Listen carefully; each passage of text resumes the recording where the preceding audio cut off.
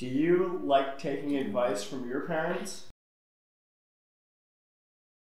I'm sitting here with Jody Muller, and Jody was so fortunate. She has a mother who's been in real estate for 40 years and a father who ran the fourth largest rose distribution company in the United States.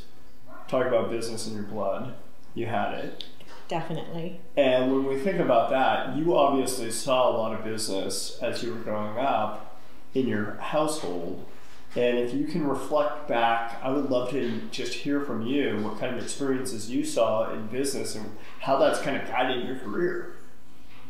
Yeah, well, my dad was definitely very entrepreneurial, and he, from nowhere, from being in the construction industry, went into the rose growing business, and he applied a lot of his project management skills that he learned in construction into something like growing roses, which people think of growing roses as being a very, fluffy kind of job, and it's not. It's very much, it's a production, and you're trying to get as many blooms out of those greenhouses as you can. So learned a lot from him. He always told me the numbers don't lie. We were always crunching numbers. When I was in high school, I had to manually calculate the average price of all the sales on our roses, and then divide it by what the square footage was of how much we had in production of that particular variety, so to know which roses were the most profitable. But when you say that, of course, I'm trying to correlate it back to real estate. Yes, and exactly. When we say the numbers don't lie, the same thing happens in real estate.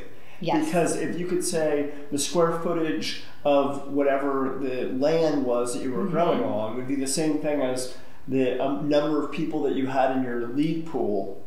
Exactly. Right? And yes. then how many do you have to have? How much acreage do you have to have? How many leads do you have to have? How many calls do you need to make? Yes. What is that going to end up converting at in the bottom line as to the numbers? Yep. And, oftentimes we watch people come in, and I say this to new agents all the time, you want to come into the business, it doesn't fall in your lap. Yep. You have to have the acreage. You have to be willing to farm. Exactly. And most of them aren't willing to put in the hard work. Yes. Yeah. And then how it led to real estate is my dad had been a builder, so when he was starting the flower business, he was still building homes. And so he told my mom, well, you need to get your real estate license so that you can sell these homes I'm building, because she was a school teacher.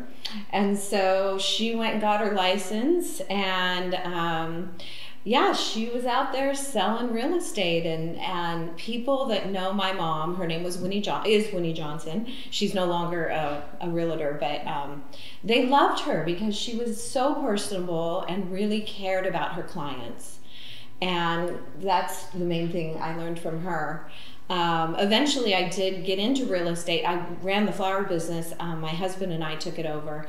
And then about 8 years ago, I said, okay, I'm kind of done with this. And so I was just going to kind of hang with the kids for a bit. And my mom said, well, you need to come sell real estate with me because it's getting really hard with all the technology. So you just said something, though, that I keep going back to in my mind, that your mother really cared for her clients. And when you think about your mother really caring for her clients, what does that even mean to you? Does it mean that she brought them flowers? Or does it mean that she took great care of them?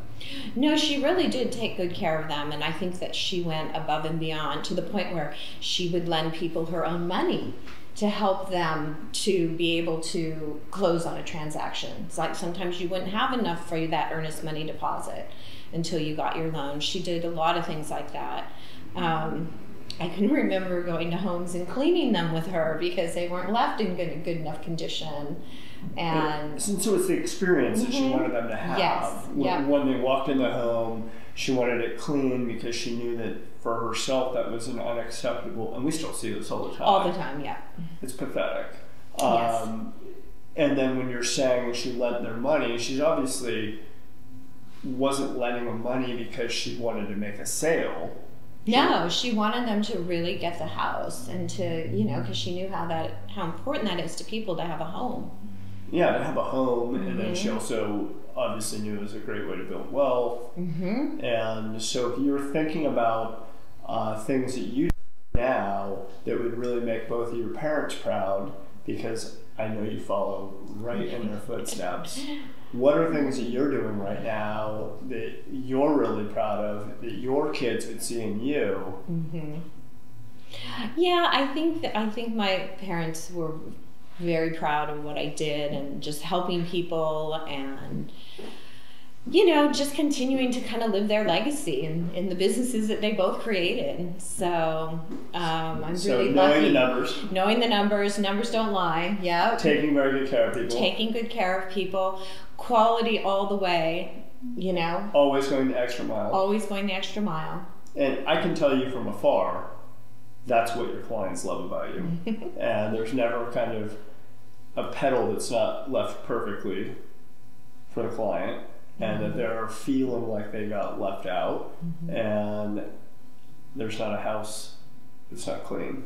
Yes, exactly. And one of my favorite things to give my clients when they've bought a house is I give them a rose bush.